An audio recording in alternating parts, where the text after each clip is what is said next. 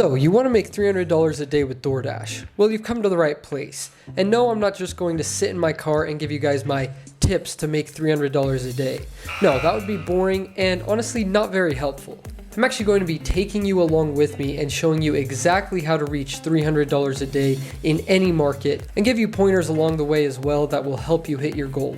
Now, the one variable we need to discuss is how long it takes. That is the one thing that varies when it comes to if you can make $300 in a day in your market. Some markets it might be 10 hours, others maybe it takes you 16 hours, who knows? But I'd like to give you guys a great tool so that if you feel your market isn't good enough, you can do this. There's an app called GRIDWISE you can download on your phone, and they have a brand new feature that can help anyone in any market hit $300 a day. That new feature would be called Where to Drive. This feature has the capacity to show you whether or not it's worth leaving the area you dash in to go somewhere else in order to hit your profit goals, or in this case, that $300. The goal for drivers is to make the most amount of money in the least amount of time, right? With this, you're able to see the top neighborhoods in your market that will bring you the most money possible. This could be a make or break turning point for you, honestly.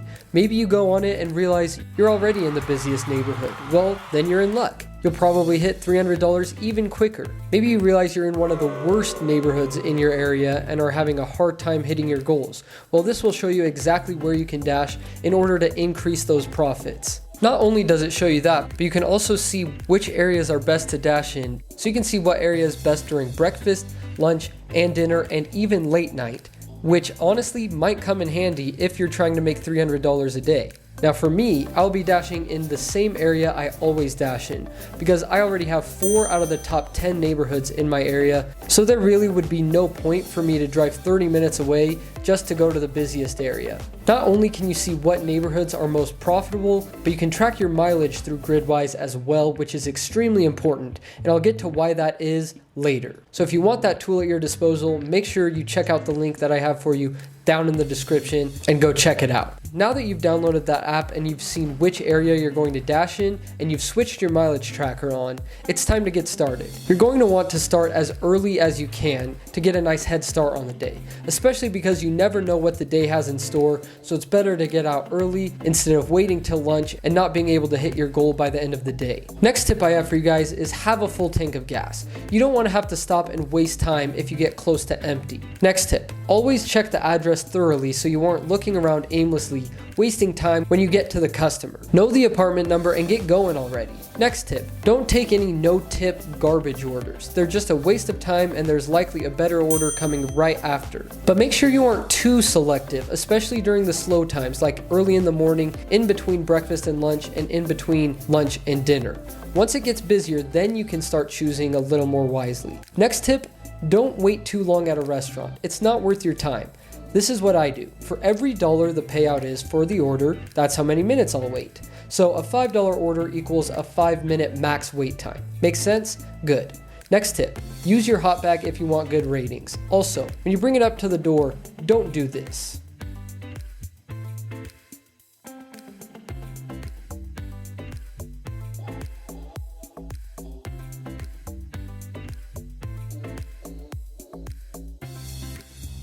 See how long it's taking me to just drop off this order because I'm wasting time typing out a message, taking a picture, and so on and so forth. This honestly just wastes time. My advice is to have a pre-typed out message in your notes that you can copy and paste to the customer and take a quick picture and be on your way. This is how fast that order should have been.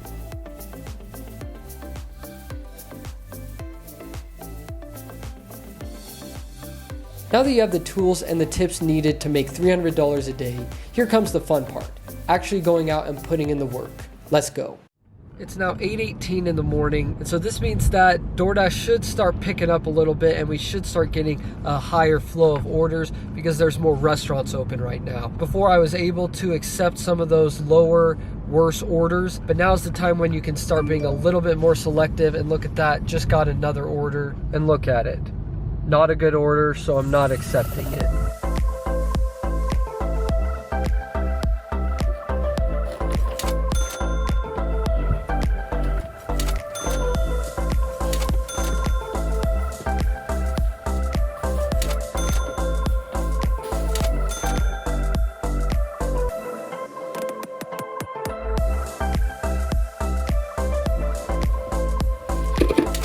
Well guys, it's now 10:22, so we've been at it for just under 4 hours, and we're at $79.75. So that means my hourly average has already gone up to $20 an hour, and it's not even 10:30 yet. So I'm driving back to my apartment real quick because my last drop off was right next to my apartment. I'm gonna swing by and grab an energy drink because we're about to head into the lunch shift, and we've already been at it for 4 hours, which means I gotta keep my energy high because literally every single minute counts, and you don't want to be feeling groggy when it hits like 1 o'clock and you still got quite a bit of time left to go. So we're picking up that energy drink, and then we're gonna hit this lunch shift really hard. We had a great breakfast shift. Let's keep going.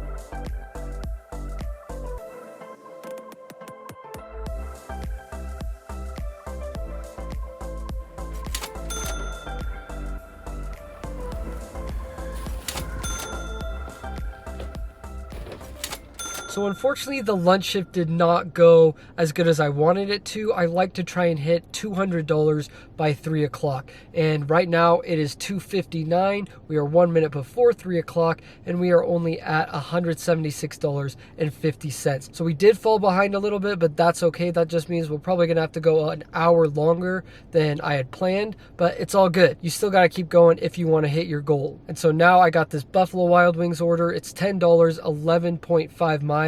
Don't let the miles scare you because a lot of this is freeway miles. What's more important is dollars per hour, and as long as it's taking you into a zone that you can still get orders at. Because in all honesty, if you drive more miles, that just means you get a higher tax deduction, so it doesn't make as big of a difference as some people might think. So hopefully things pick up a little bit and we can make up for some of that lost money during the dinner hours. Welcome to McDonald's. What can I get for you? I just had a Doordash pickup. Can you tell me the last 3 numbers of the order? Yeah, it's 420. Alright, you can pull forward to the second window. Thank you.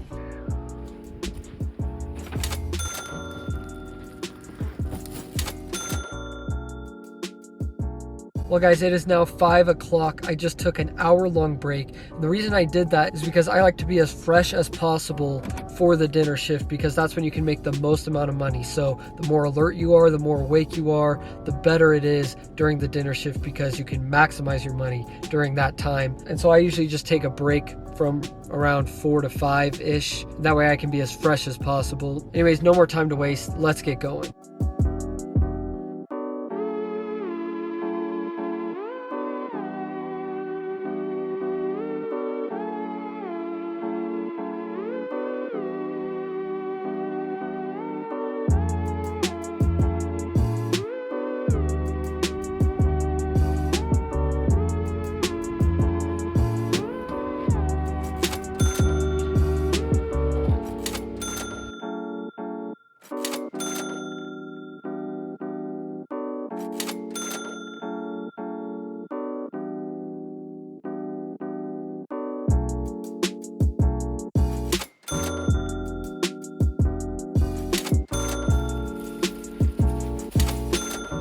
Well guys, there we have it. I ended up making $302.50 in 13 and a half hours. Now I know that says 14 and a half, but you gotta remember I took that hour-long break and I ended up driving 282.3 miles. Thanks to GRIDWISE, I was able to track that. And like I said at the beginning, now I'll get into why knowing the amount of miles you drove is important. And it's because if you don't have the amount of miles you drove, you can't figure out all of your expenses. And so unfortunately, when it comes to making $300 a day, you don't actually get to keep $300 of that. And so here's how you should be breaking down your expenses. You should be taking out money for car savings and car repairs, for taxes, and all that good stuff. And here is how it breaks down for me. I made $22.41 per hour. I had $51.82 in expenses, which is gas and car savings. And then I had to pay $43.32 in taxes, which means my total profit that I made out of that $300